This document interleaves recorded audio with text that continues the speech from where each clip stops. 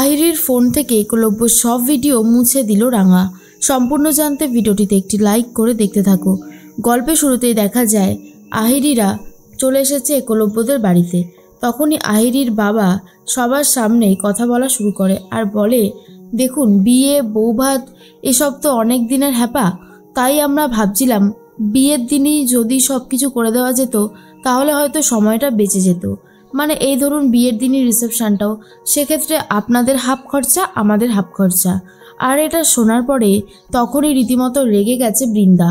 মনে মনে ভাবে, এই রে, আমি ভাবলাম সব কিছুর আয়োজন করব, নিজেও কিছু টাকা পয়সা কামাবো, সব রাস্তা তো আহিরির বাবা বন্ধ করে দিচ্ছে। না না, এরকমটা হতে দিলে তো হবে না।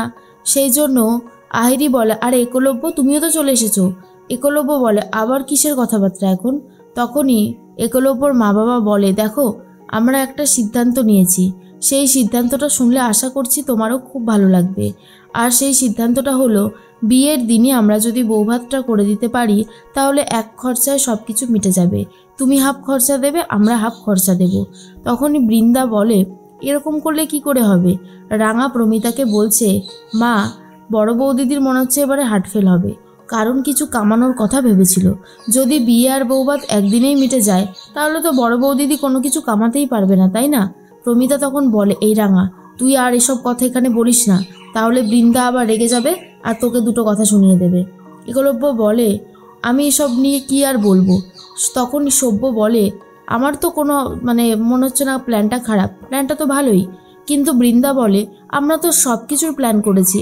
আর আইরির বাবাকে বলে, আপনাদের যদি সময় নিয়ে খুব প্রবলেম হয় সেক্ষেত্রে আপনারা কেন এইসব ব্যবস্থা করছেন? আমাদের চেনা জানা ভালো একজন লোক আছে, তাকে দিলে সব ব্যবস্থা করে দেবে। তার মাঝখানে রাঙা সবাইকে চা দিতে থাকে। আহিরিকেও চা দিতে এসেছিল, ইচ্ছে করে আহিরির গায়ে এমনভাবে চাটা ফেলে যাতে রাঙা তার প্ল্যানগুলো সফল করতে পারে।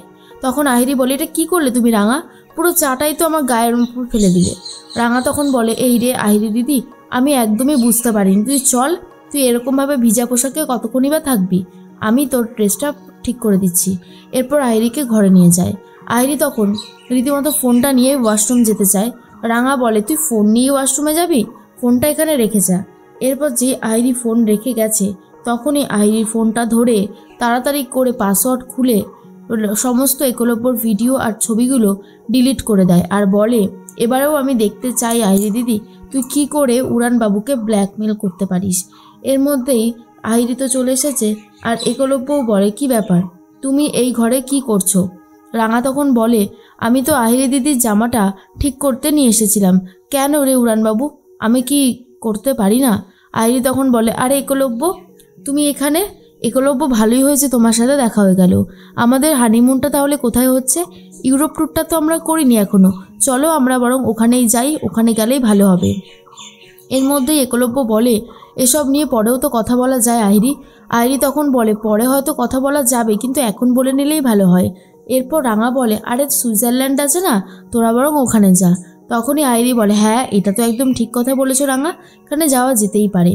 এরপরেই একলব্য রাঙাকে যা না তাই বলে অপমান করতে থাকে, কাজের লোক বলতে থাকে। আর একলব্যর কথা শুনে রাঙার চোখ থেকে জল পড়তে থাকে। রাঙা তখন বলে, ঠিকই বলেছিস, আমি তো এই বাড়ির কাজের লোক, কাজের লোকের যে দায়িত্ব সেই দায়িত্বই কাজের লোকটা পালন করছি, তুই এসব নিয়ে ভাবিস না উড়ানবাবু। একলব্য নিজেরও খুব খারাপ লাগে, তবুও কিছু বলতে পারে না, কারণ একলব্য নিজেও জানে সে রাঙার সাথে থাকতে থাকতে রাঙাকেই ভালোবেসে ফেলেছে। এদিকে সত্যজিৎ বাবুর সাথে কথা বলতে শুরু করে রাঙা। সত্যজিৎ বাবু বলে, রাঙামতি, এই সাধারণটুকু প্রমাণ দিয়ে আমরা কিচ্ছু প্রমাণ করতে পারবো না, কারণ আহিরি বড্ড চালাক, ওকে যদি ধরতে হয় তাহলে আমাদেরকে অন্যভাবেই ধরতে হবে। আর সেটা করতে গেলে ওর মুখ থেকে স্বীকার করাতে হবে যে ও এরকম একটা কিছু করতো। এবার তুমি ঠিক করো যে তুমি এটা কি করে প্রমাণ করবে। তখনই রাঙা বলে, সামনেই তো একটা অনুষ্ঠান বিয়ের, কিন্তু সেই অনুষ্ঠানেই আমি চাইছি আহিরি দিদির পর্দা ফাঁস করতে, আর সেই জন্য আহিরি দিদির মুখ থেকেই বলাতে হবে যে ও এই সমস্ত কুকীর্তিগুলো করেছে। সত্যজিৎ তখন বলে, যদি তুমি এটা করাতে পারো তাহলে তো ভালোই হবে, কিন্তু তুমি কি আদৌ করাতে পারবে? রাঙা তখন বলে, হ্যাঁ পারবো, আমি আহিরি দিদির ফোন থেকে একলব্যর উড়ানবাবুর সমস্ত ভিডিও আর ছবি মুছে দিয়েছি, তাই চাইলেও এখন আর ব্ল্যাকমেল করতে পারবে না, আর এই সুযোগেই আমাকে যা করার করে নিতে হবে। সত্যজিৎ বাবু বলে, রাজেন্দ্রবাবু তো আছেই, ওনাকে দিয়েও মুখ স্বীকার করানো যাবে, অসুবিধা হবে না, তবে আহিরির মুখ থেকে স্বীকার করাতে পারলেই সেই প্রমাণটা বেশি কাজে লাগবে।